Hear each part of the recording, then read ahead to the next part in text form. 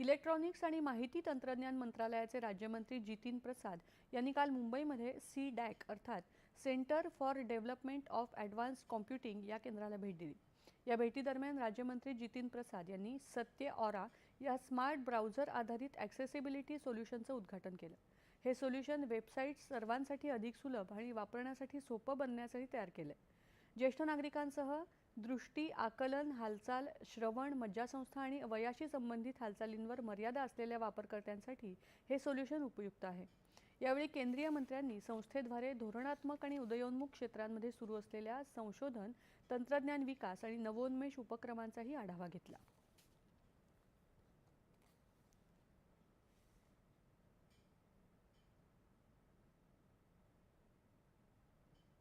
ST महामंडळाच्या सर्वसामान्य प्रवाशांच्या सोयीसाठी एसटी स्थानकांवरील स्वच्छतागृह प्रवाशांना मोफत उपलब्ध करून देण्याचा निर्णय घेण्यात आल्याची माहिती एसटी महामंडळाचे अध्यक्ष आणि परिवहन मंत्री प्रताप सरनाईक यांनी दिली।